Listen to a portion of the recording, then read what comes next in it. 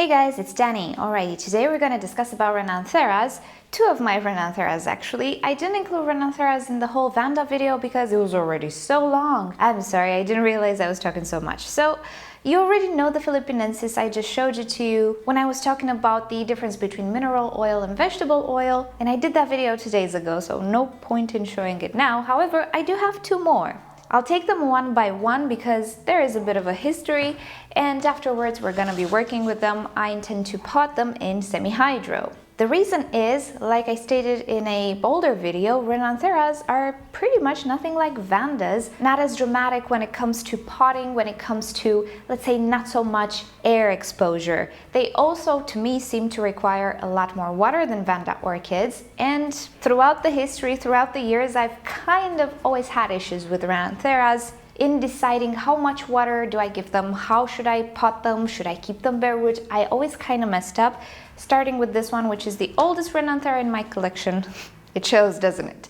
Yeah, they're a mixture between Vandas and Cattleyas, perhaps, when it comes to watering. They don't enjoy to be as moist as Oncidiums. However, they don't really enjoy to go as dry as Vandas. They don't really feel okay with that much exposure to air and that much dryness and all of that. Certainly the root tips do not appreciate it, so I kind of always messed up with them, not to mention I never rebloomed them. So I'm gonna give semi-hydro a go because I did see Renantheras being grown in semi-hydro on the internet. So if for those people it worked, maybe it can work for me as well, and since I don't have the perfect recipe for them, I'm still looking, maybe this is it. It's worth a try. So let's talk about the oldest Renanthera in my collection. This is the Renanthera monachica. I have to tell you guys that I'm not entirely sure how this name is pronounced. Some people pronounce it as monachica because of the CH. In my language, which is Latin-based, CH is not the chi sound. So I don't know, to me it sounds logical being, let's say, influenced by Latin to be pronounced as monachica, but I might be wrong. So that's why I might pronounce this name differently than other people. Alrighty, so I purchased this as a young orchid when a lot of years ago, 4 years ago already. It feels like I have this one since forever. And ever since then, I messed up with it. I tried first of all to grow it mounted. I had it on a piece of cork with a little bit of sphagnum moss. Didn't work out so great for me, guys. Managed to kill the roots at some point when the moss went bad, and also the roots didn't grow that much. There was too much air even though I was soaking this orchid all the time. Then I said, okay, potting it is. Well, bad luck. I used a very bad potting medium a lot of years ago that destroyed 20 of my orchids. And from that whole mess up, I think only 2 of them are alive. The Encyclia cardigera, which made a full recovery, no more spottings, and this one. However, the spots of the past remain. It's not the only issue with this one. I also had a lot of spider mites on this orchid, you can see here. And I had them on this orchid until last year or so. The miticide didn't actually work on this one, so I used the oil. And ever since I used the oil at the end of last year, finally, no more spots on the leaves. Can you see we have spots here? Yes, which can be due to that fungal infection from the medium or the spider mites or a combination of the two. I don't know at this point. She has been through too much for me to even know anymore. But as you can see, no more spotting. It looks a lot better, this leaf, right? This section of the leaf. And also, this new leaf seems to be growing kind of normal. I've given up hope on this orchid so many times, and I think this year for the last time, but now I feel like I want to hope again. We're also growing a new root here, but we lost a lot of leaves during these years. This is a mature orchid, believe it or not, and the size, pretty considerable for a monachica. Never bloomed. It looks horrible. So yeah, I feel like I want to give it a second chance. I will try to put it in semi-hydro and see how we do from there. So this has been the monachica, one of my oldest orchids actually, and I think it shows. It just, yeah, I did some boo-boos as well, but I consider I just had some serious bad luck as well in my life. Anyway, and this is a new orchid that I received from Jessica from Germany. Thank you once again, Jessica. I love this. I wanted to buy it at some point, but there were other priorities, let's say. This is the Renanthera Latin again, citrina. It is a very popular Renanthera, just like the monachica, but this one is yellow. The monachica is reddish, no, orangish, kind of. Alrighty, so I just received this one about 3 weeks ago and it came potted. All Renantheras will come potted, you will notice, as opposed to Vandas, which even from the nursery will come bare-rooted, usually in that little basket. Renantheras not so much, they're always potted.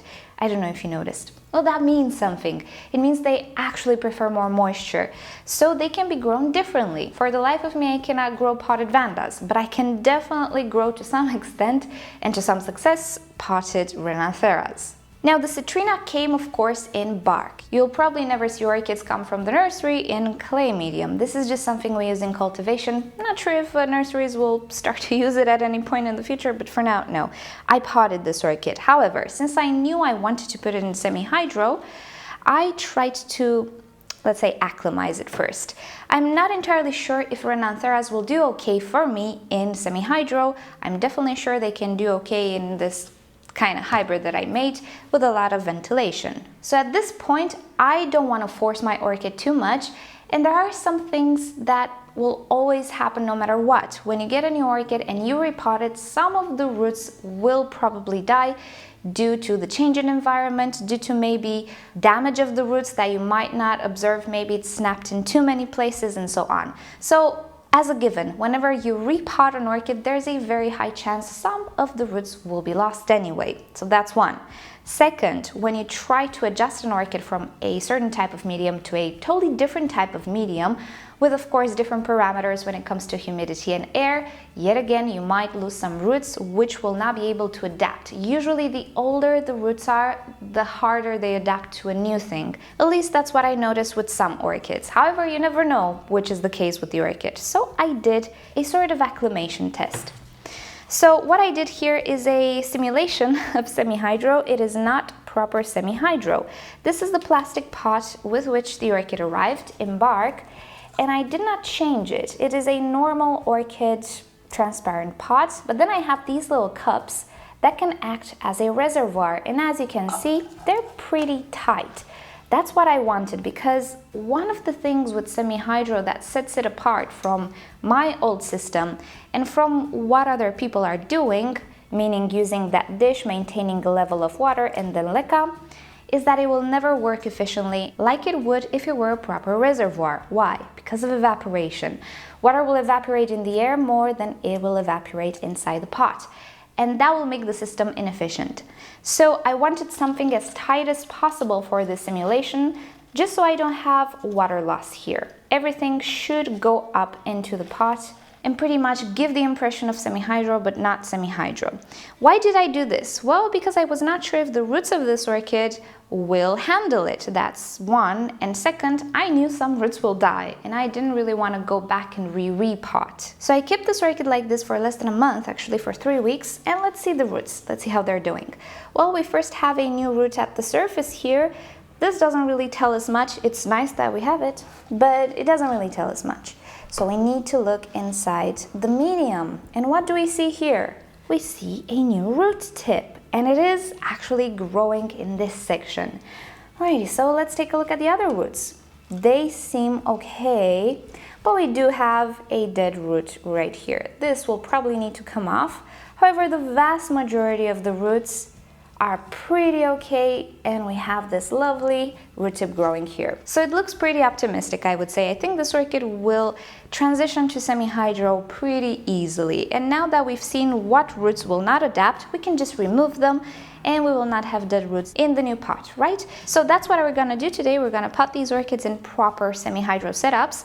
And there we go. This is an idea if you wanna test your orchid before committing to actually switching it to semi-hydro or placing it in a pot which is not transparent. Currently, I'm not using transparent pots for semi-hydro.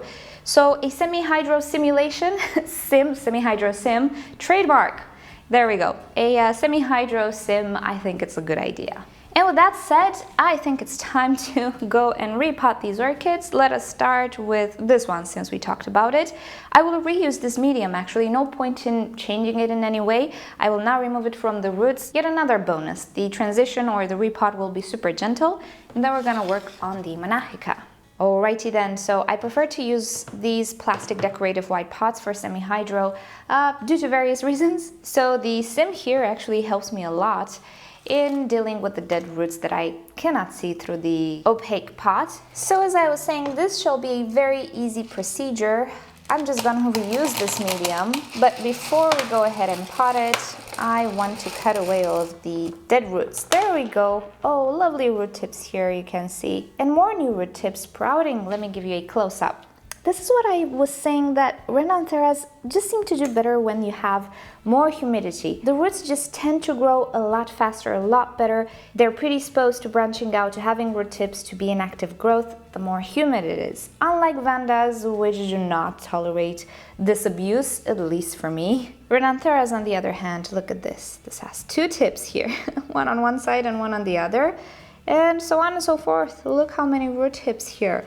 So she definitely is enjoying the semi-hydro setup, which is great. I'm super happy. So before we go ahead and pot her up, I want to cut away these roots that did not adapt. This is totally dead. Oh no, and this got attached to it. There we go. Now I can totally cut away this root. Let's see, it's dead from this section. I'm not going to cut all the way up. And that's that, and that's about it. I already treated this orchid with hydrogen peroxide when I switched it to the simulation. I love this expression. I think I'm gonna use it for now, semi-hydro sim. So there we go. Oh, I see another one.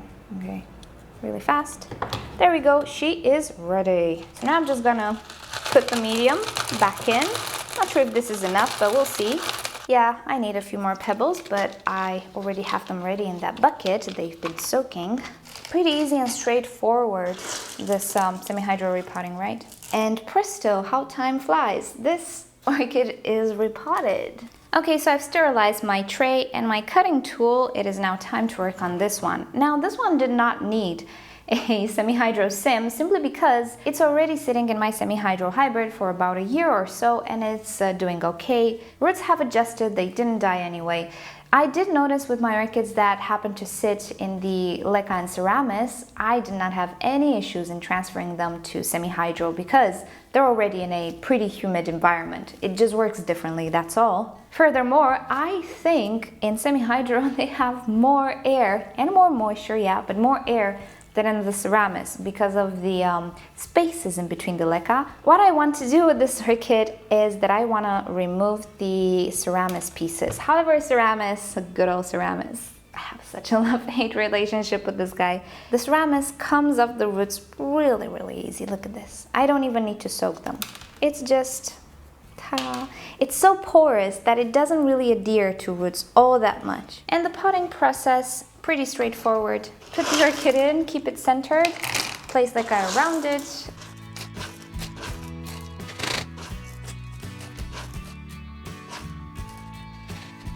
And presto, a potted orchid. Little tip, let's say you discover the orchid is a little bit too deep, keep it from the stem or the base or something and squeeze the pot. There we go. You can pull up gently, but don't try to pull up while it's already potted because you might break some roots. If it is an orchid with very flimsy roots, some of them will break, even with the weight of the leca, which is not much. This is the best way because you're continuously moving the leca and you're pulling up so the roots do not get trapped under the leca. Be gentle and yeah, it should come right up. And this is pretty much it with the monahica as well. Let's put the tag.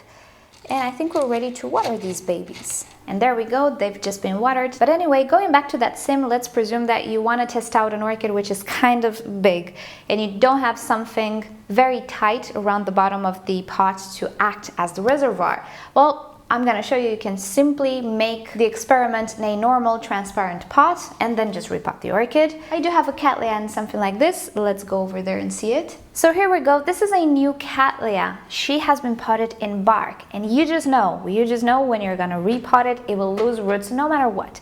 So might as well put it in a sim, right? So what I have here is a proper whatever transparent container that has the reservoir already made. This is not the final pot, although you can use it as a final pot as well if you prefer transparent pots for semi-hydro. I don't.